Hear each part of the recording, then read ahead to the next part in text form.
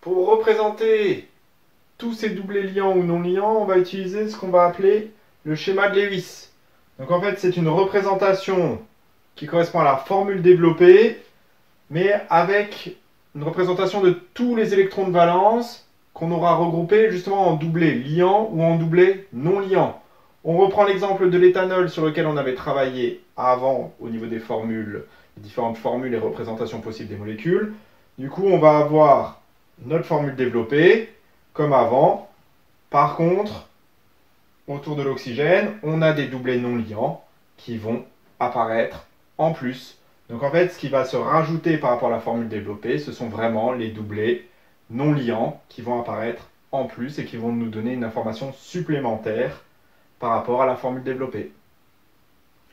Pour représenter des schémas de Lewis, ce qu'il nous faut pour chacun des atomes qui va apparaître sur notre schéma de Lewis, il va nous falloir la configuration électronique de départ et le nombre de liaisons que cet atome va devoir faire pour pouvoir être stable. Donc je vous ai mis dans le tableau 4 atomes qu'on va utiliser ensuite dans des représentations et des schémas de Lewis, H, C, O et Cl.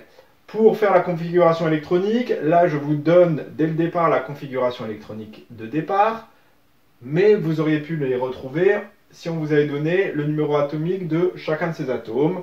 Comme un atome est électriquement neutre, vous seriez passé du numéro atomique au nombre d'électrons, Z, et ensuite vous remplissez au fur et à mesure vos sous-couches dans l'ordre 1s, 2s, 2p, 3s, 3p.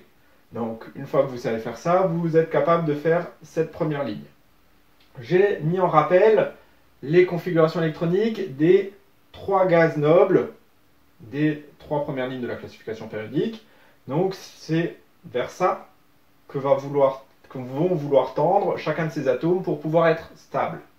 Donc on va commencer avec l'atome d'hydrogène, H. Sa configuration électronique c'est 1s1. Pour être stable, il va vouloir ressembler à l'hélium et du coup il va vouloir être en configuration 1s2. C'est-à-dire qu'il va falloir qu'il aille récupérer un électron. Donc pour ça, il va devoir faire une liaison covalente. Donc ça veut dire qu'il aura un total à la fin, 1s2, de 1 nombre total de doublés, 1 doublé. Pour le carbone, Z égale 6, vous avez 1s2, 2s2, 2p2. Le nombre de liaisons covalentes pour pouvoir être ressembler au gaz noble le plus proche, ça va être le néon, il va falloir qu'il récupère 4 électrons. Donc, la seule manière de récupérer 4 électrons, c'est avec les 4 électrons de valence qu'il a, d'aller chercher 4 liaisons. Donc, chaque électron va s'appareiller avec un électron d'un atome autour. Donc, il va former 4 liaisons covalentes, et du coup, il aura un nombre total de doublés autour de lui, qui sera de 4. Règle du duet, on arrivait à un doublé, donc 2 électrons. Règle de l'octet, on a bien 4 doublés, donc 8 électrons. Ensuite, on passe à l'oxygène. L'oxygène, Z égale 8. On se retrouve avec une configuration AS2, 2S2, 2P4. Donc pour arriver à la structure électronique la plus stable, la plus proche, le néon, il va falloir qu'il récupère 2 électrons. Donc pour ça, il va faire 2 liaisons en allant chercher donc 2 électrons autour de lui.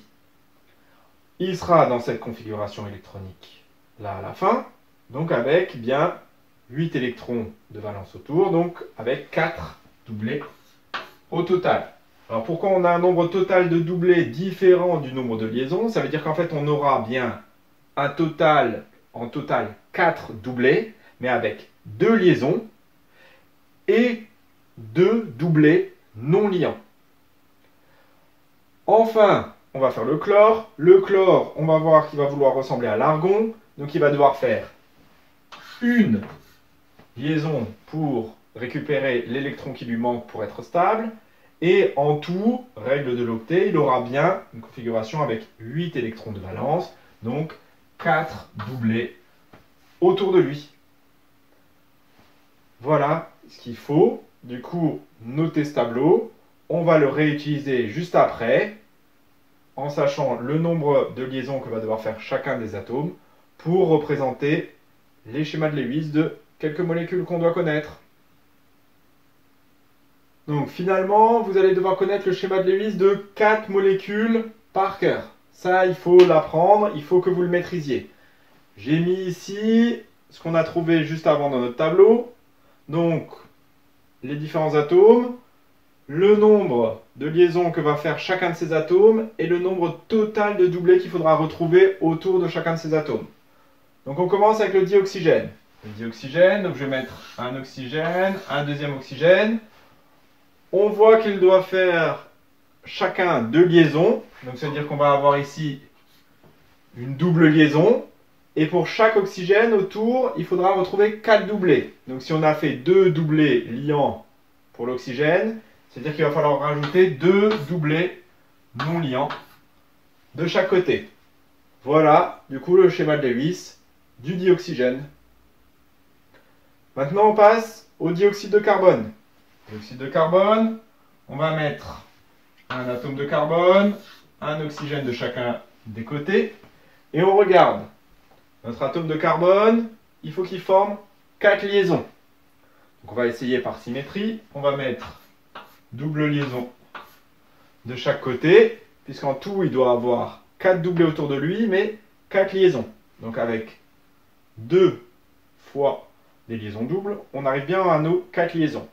L'oxygène, on vérifie, il doit faire 2 liaisons, et en tout, il doit avoir 4 doublés. Donc ça veut dire qu'il faut rajouter les 2 doublés non liants sur chacun des oxygènes. Donc voilà le schéma de Lewis du dioxyde de carbone. On enchaîne. Le chlorure d'hydrogène, HCl. Donc on va avoir un atome d'hydrogène, un atome de chlore. L'atome d'hydrogène, il est censé avoir un seul doublé au total avec une liaison. Donc on représente notre liaison. On regarde pour le chlore, chlore Cl. On a une liaison qui est déjà représentée. Par contre, en tout, il doit avoir 4 doublés. La seule solution, c'est de lui mettre 3 doublés non liants. Voilà pour le chlorure d'hydrogène, votre schéma de Lewis. On finit avec la molécule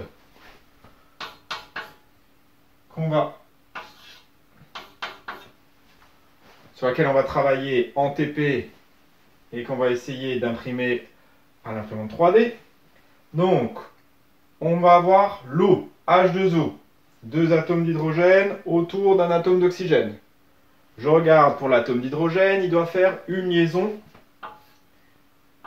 Donc, chacun fait une liaison, pas d'autres doublés autour de cet atome d'hydrogène. On regarde pour l'atome d'oxygène. L'atome d'oxygène, il doit bien faire 2 liaisons. Par contre, il doit avoir 4 doublés en tout autour de lui. Donc, il en a déjà 2. Il faut qu'on lui rajoute ces 2 doublés non liants. Voilà pour le schéma de Lewis de l'eau. Donc, 4 molécules qu'il faut connaître et où il faut savoir représenter le schéma de Lewis associé.